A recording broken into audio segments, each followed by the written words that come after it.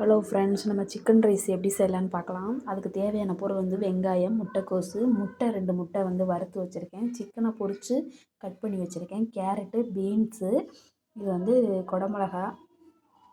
அதுக்கு மசாலா வந்து பார்த்திங்கன்னா வரமிளகாத்தூள், உப்பு, பெப்பரு, சாப்பாட்டை வந்து வடித்து ஆற வச்சு வச்சுருக்கேன்.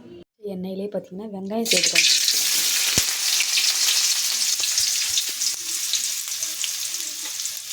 மாதிரி வதக்கிட்டு எல்லா காய்கறியும் சேர்த்துக்கலாம்.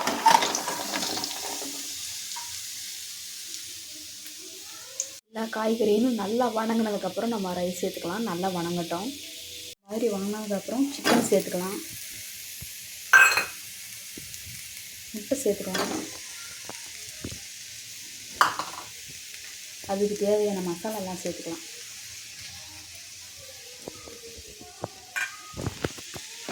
நல்லா கிளறிக்கலாம். சோயா சாஸ் கொஞ்சம் சேர்த்துக்கலாம்.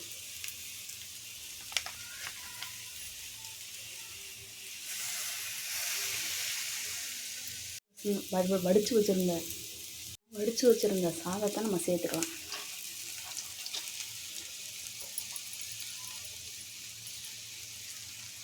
ஆனால் சிக்கன் ரைஸ் வந்து நமக்கு வந்து ரெடி ஆயிடுச்சு. அப்படியே நம்ம தட்டில் போட்டு சாப்பிட்லாம். அவ்வளோதான் மக்களே, நமக்கு சிக்கன் ரைஸ் வந்து ரெடி ஆயிடுச்சு. வாங்க சாப்பிட்லாம்.